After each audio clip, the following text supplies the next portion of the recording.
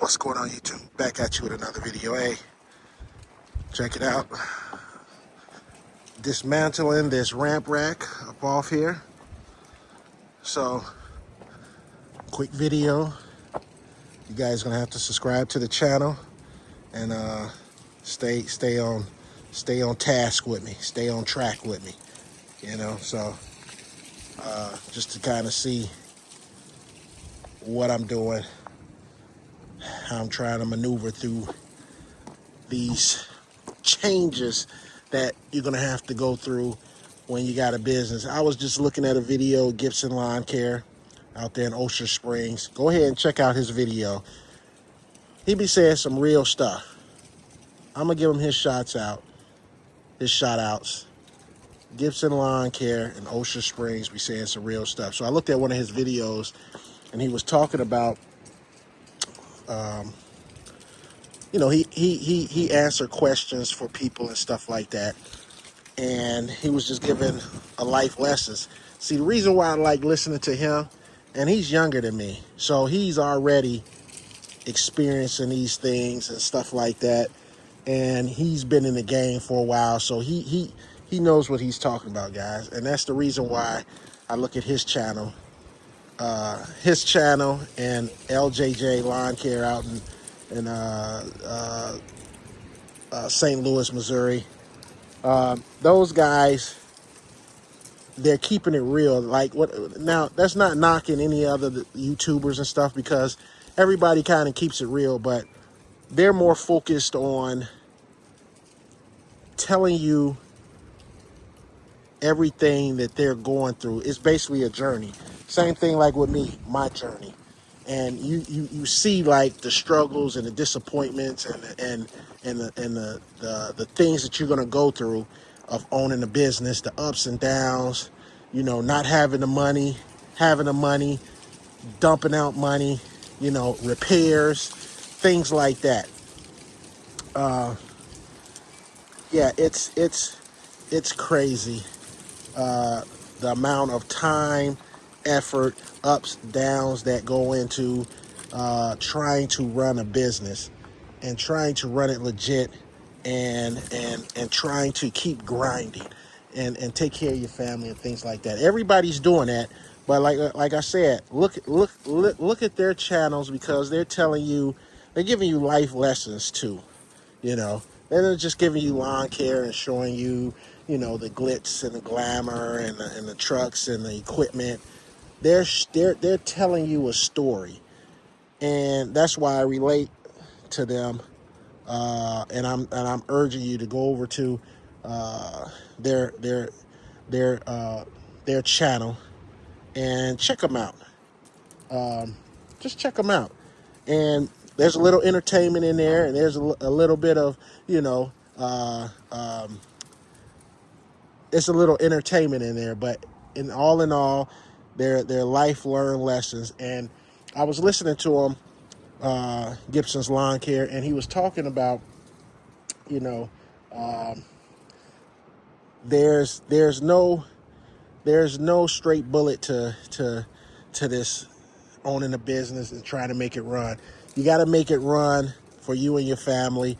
You can also make it run while you got a full-time job.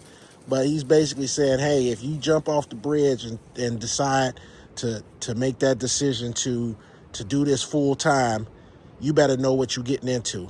And you got to expect the bad, the breakdowns, the not having the money, the having the money, the struggles, basically the struggles. And this is where the struggle comes in. If you haven't been keeping up with my channel, you know, this truck still runs. It's running. I fired it up today. I didn't see any type of white smoke coming out of it. You know, I'll give you the update on this truck. So they put it on the leak test and everything. They didn't get no leaks, no nothing like that. But occasionally I'll see white smoke coming out of here, and then it'll eventually stop. Now, somebody told me it's the ERG or EGR coolant, that thing that needs to be replaced. This is my thing, guys. when I'm ripping and running around, that's why I'm trying to stay close to home, and trying to get route density, because I don't want to be out somewhere with this truck and it breaks down. When you break down away from your spot, your garage, your place of business, it costs money. You might not see it, but it's costing you money when you break down. If you further away out, if you're 30 minutes out, if you're 45 minutes out, it costs money, right? So you gotta get it towed to wherever you need to, or you gotta get it towed to your place of business. I always keep AAA so I can get, so if something happens to this truck while I'm driving it around, I can tow it, and I'm paying for that each year. It's only like, I think 80, maybe $90 now that they went up each year with AAA, and you get, I think, 2 tows within 100 miles.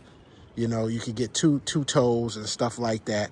And I always keep that on deck, my AAA too, as well as insurance and all that. So yeah, so you're dumping out money just in case. That's what the insurance is for. That's what AAA is for, just in case. So what I'm doing now is, I don't want to really take no chances. I get anxious. I get like paranoid, because I don't want to be somewhere, and I want to keep the show going, just like everybody. I want to keep the show going. I want to keep the ball rolling. If I break down, I want to either be able to get into Black Beauty with the trailer, is what I've been doing lately, and continuing trying to make money. If I continue to use the ramp rack, I don't want to be out and about in this truck and it breaks down with the ramp rack on it, because it's going to cost to tow it back here. Then I'm going to be, let's say it breaks down in beginning of the season once I get going, or something happens to it once I get going, and I got the ramp rack, and now I got to get it towed here. Then I got to jump back in the trailer and things like that. I don't want to do that. I want to keep the ball rolling. I want to be prepared now. So I get anxious. I get paranoid to the fact of breaking down. And I know that some of these trucks are not going to last forever. They're not going to last forever. And you're going to always have to get you a new truck. So that being said, I got a plan. So right now, red truck is what I'm going to be trying to drive daily. I got that all going. I do have to get some coolant in there to get the AC working, but I'm not an AC type of guy. The summertime, I roll my windows down. I don't care about AC. Now, if I'm with the family and things like that in a vehicle, then yeah, you want to be comfortable. But with me, in the spring and summertime, I don't roll with AC. I don't want to. It gets you sick. It drains you even more sometimes to get out the truck and it's hot. Your body temperature just stays regular. Somebody had told me that a long time ago. Hey, don't turn the AC on. Just rock and roll and things like that. Now, if you're out and about and heat exhaustion or whatever the case is, and you got to turn your AC on, okay, fine. But for me, I don't turn the AC on when I'm out and about doing my lawns and stuff. I want to keep my body temperature regular. I got a long sleeve shirt on, I got pants on, and I want to keep my body temperature regular. So when I get out the truck, it feels the same way. That's why when it's like 90, 95 degrees, once you're working in that heat, it doesn't feel like 95 degrees until you go into like the grocery store or the gas station and they got that AC on. So yeah, that's my take on that. But I'm getting all this stuff off. If I take it in, I might just go ahead. I've got this is the deal. I took this to a mechanic. They told me what they need to tell me. Like I said, they said they put this on leak test. They did all the leak tests that they do.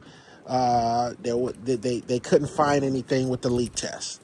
Okay, so they did say the engine was kind of making some internal noise, and they recommended me to get a new engine in here. Now, the engine that they were referring to cost 11 grand. That's just for the engine. That's just for the engine. They say 11 grand for the engine, and then you got eight injectors, and 8 injectors are going to cost $450 a piece. That's not even including the labor. Labor is going to be 3,200 hours, or 32 hours. Sorry, 32 hours.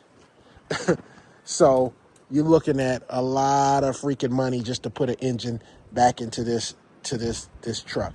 So what I'm going to do for now is I'm still going to drive it, but I'm going to be cautious with it. I'll probably drive it to go on to do estimates, things like that, and drive it around town or things, that sort, just in case, something happens to it or whatever. But I am going to take this in again to an actual diesel mechanics.